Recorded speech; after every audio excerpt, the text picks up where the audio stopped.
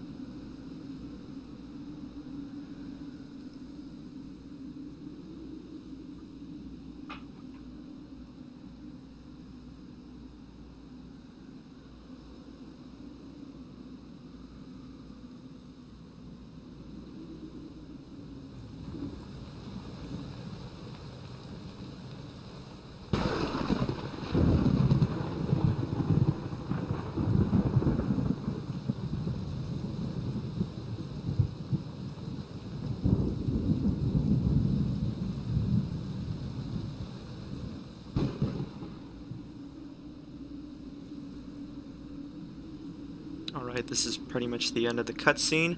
So, as well as development goes, this is made with the Unity engine. This was made during the 2019.2 version, if I am correct.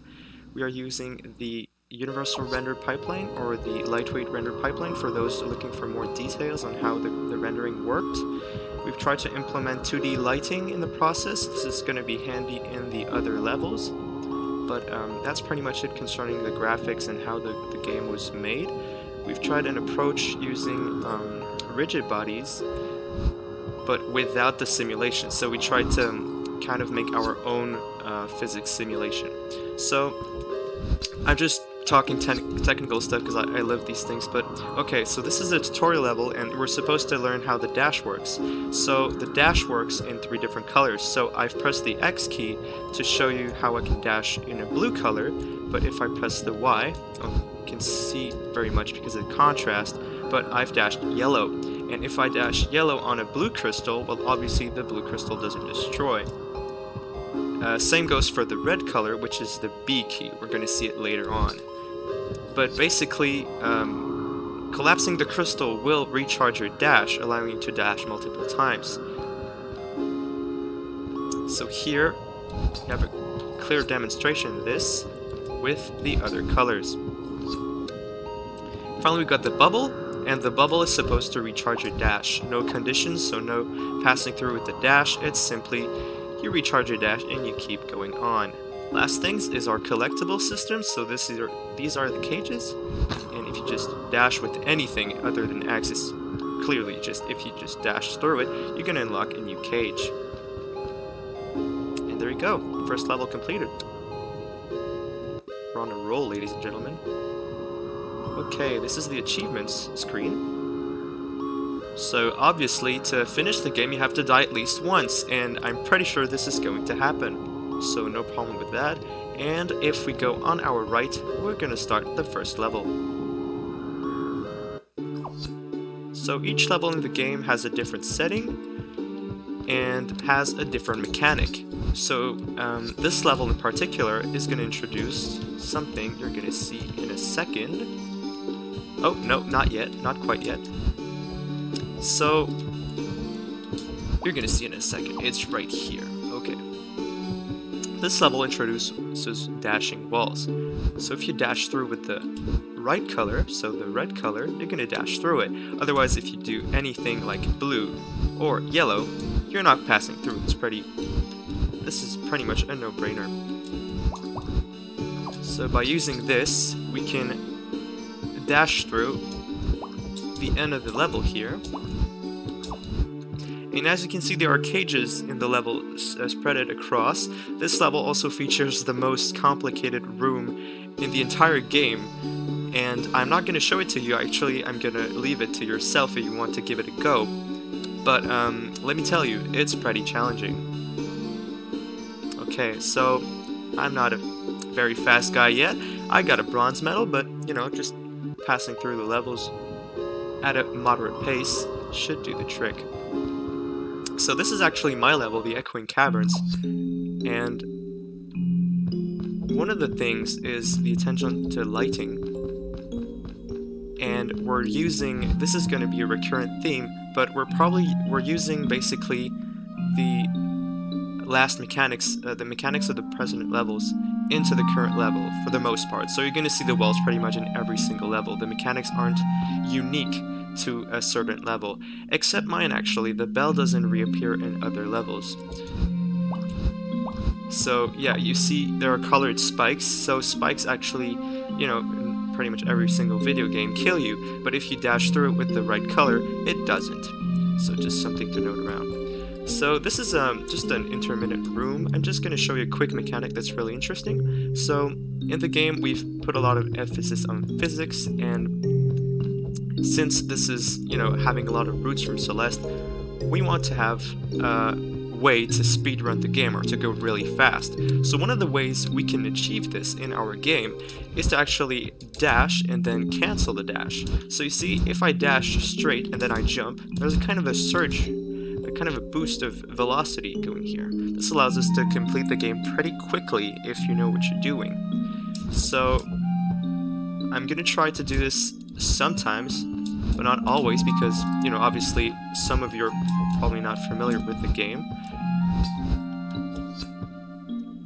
But yeah, that was basically the bell. Once you collide with it with a dash, it reveals invisible tiles, allowing you to progress to the level, and then they disappear after a short period of time, and you can't collide with them anymore. Notice, they don't work. So it's not a notion of just level awareness, it's just you gotta have the time to pass through the level during the collision with the bell. So here I have, oh, didn't have the time. Fortunately, there's a bell right here, so I'm just gonna activate it. There we go. It's a secret room with a cage. I said I didn't want to show you any secret room, but I couldn't resist. This is my level after all. A bit impartial here, a bit partial in fact, but I really don't care.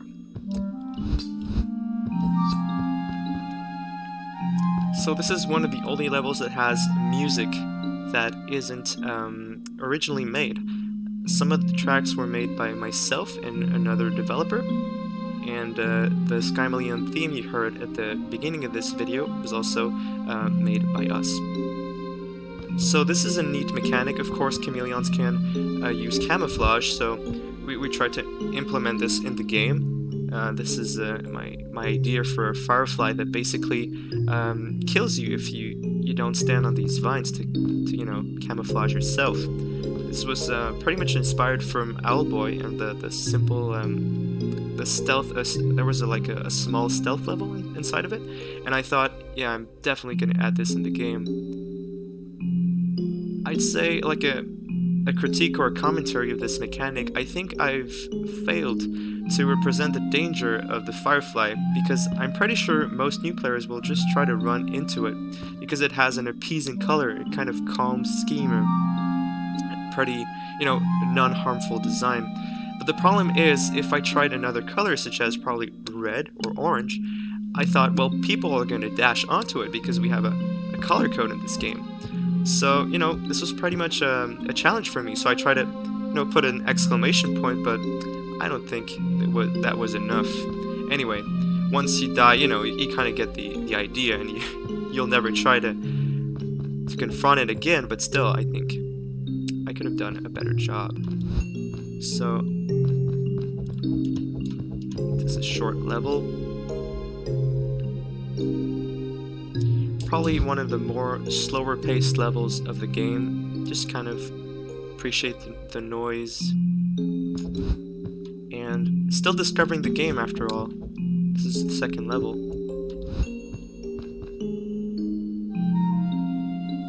So be careful not to... There we go. And the final level. So this is more of my challenge scene. Oh, made it.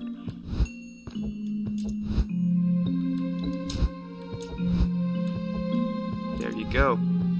So as a quick note for our side project, well, it's not a side project, our school project, should I say, we each had to design a single level. So I'm not going to make any other level in this game. So this is a quick note to address how the difficulty curve works in the game. Since we all had different level design ideas, well, of course we had different level design mechanics, but we also kind of had a conflict with how the difficulty scaled within the game, because we had different ideas of how we wanted our character to move. So I'm pretty sure if we had to remake this game, I think we could actually have a single or two level designers which are, you know, very clear-minded of how the game is going to progress, difficulty-wise, at least. So this is one of the most fun levels of the game, in my opinion. It's a pretty easy level, and it introduces a pretty killer mechanic, which is the tongue, the Skymeleon's tongue. Yeah, it's kind of a rope mechanic, and if you dash on, well, not dash, sorry, if you use the right trigger on these logs over here, Skymeleon is just going to spread his tongue and swing over the jungle. How cute. So this is once again a secret room. I'm not going to try it. I'm going to leave it to you if you're interested.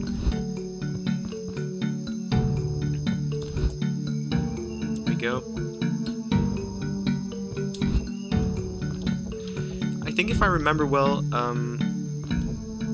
the swinging mechanic was kind of a challenge, because we wanted to, you know, kind of replicate the accurate physics of swinging through a rope, so it was not a completely circular motion. It had some kind of pendulum scheme to it. Actually, I'm not the one who worked on it, so I can't tell much. I guess this commentary was pretty useless. So we also have the flies here. The flies are basically moving crystals, nothing else to change here with the mechanic, but they're pretty cute. Through it, and they respawn just like bubbles, just like crystals. Everything respawns once you touch the ground.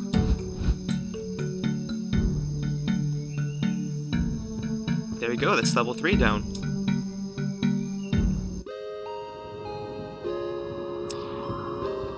So quick note, once you unlock these caged Skymeleons, you actually have them roaming in your game in the Hubworld. Just a quick note, if you can, you know, collect them all, you get a pretty nice plethora of Skymeleons, should I say. Okay, so the music is pretty loud, I'm just gonna lower it a bit. Okay, so this is the desert level, and the mechanic here is dehydration. So your Skymeleon has to stay hydrated. You gotta go into these water puddles. A bit of a lack of time to design the puddles, as I remember. But, you know, these recharge your hydration bar, allowing you to stay alive.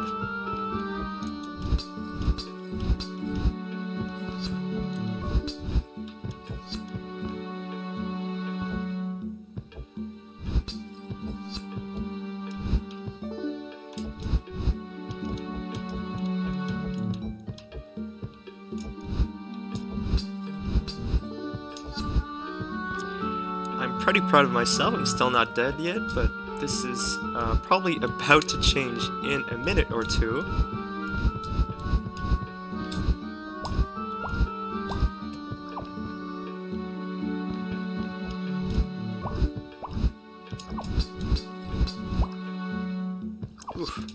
made it. There's also a neat mechanic I could show you. There's coyote time. So in most advanced platformers, or indie platformers I could say, they kind of give a sort of lapse. I'm just going to lower the volume once again. They give you kind of a little time in which you can still jump, but you've actually exited the platform. So what I mean by this is that I've fallen down, but I still have my jump left. Oh, I can actually miss that part. There, you see there's a little grace time before you can jump. This is called coyote time, and we've tried to implement it inside the game in order to make this part a little less hard, although the game is pretty hard in itself. Alright, level 4 is done, level 5 on the way. This is the level when I die all the time, so we're gonna find out if I do. Okay, sunset level. So since this is level 5, this is a pretty hard level, and we have a new mechanic on the way. This is the what? All right, I've just discovered a bug. Okay, level 5.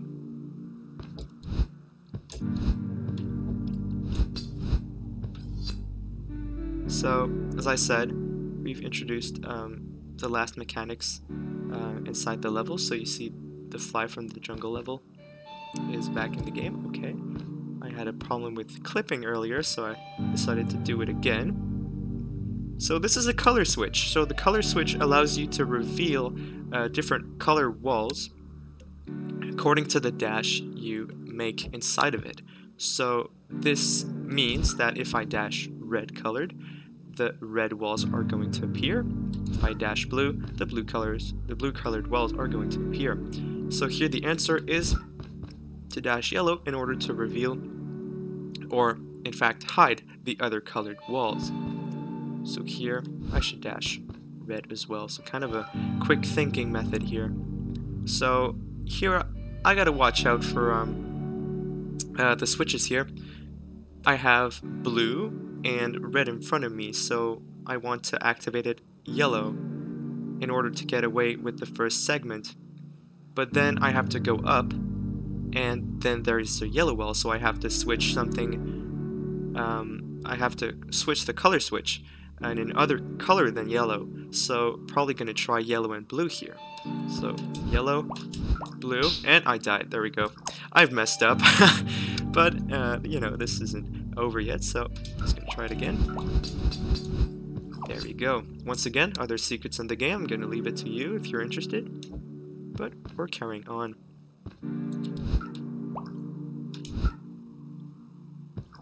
Perfect. Okay, we got blue and red. Nice. There we go. That's it. First death. I knew I had to die in this level. And this is it for the game's you know, platforming levels. But we have one last level, which is the boss itself from the cutscene. This is Psycho Mantis. So Psycho Mantis is a pretty hard boss. You're gonna see as I die multiple times. But here, it'll need attention to detail. Once again, the 2D lights kind of making their magic here, just lighting up the chameleon as he goes through this little scene. I was really proud of this level design. We had a bit of time left, I think, to make this boss, so we tried to make a pleasing room to attend, along with the music. Kind of gives a nice aura, a nice mood before entering the boss. So let's go, without further ado.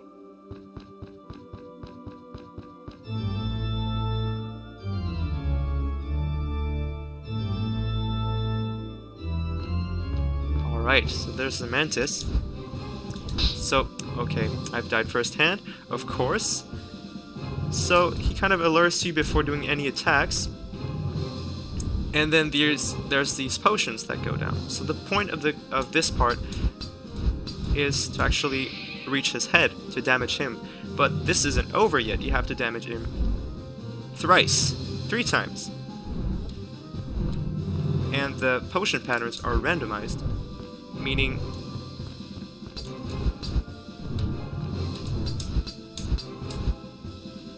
yeah, I have to wait. Okay. So I have no idea if I'm going to make it through this time. Okay, I'm probably gonna try it here. There we go. No! I died.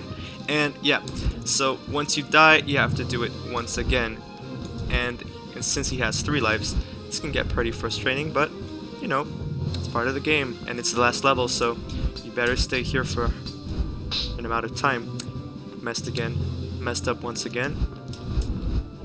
And according on how this goes, I'm probably going to cut through to my successful attempt.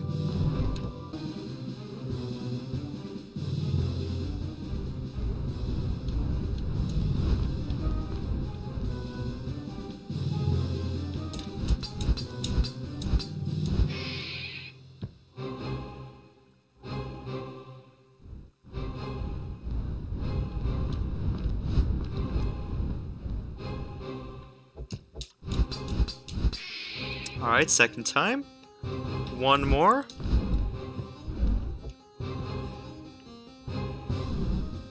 Well, this could be it. I'm feeling it.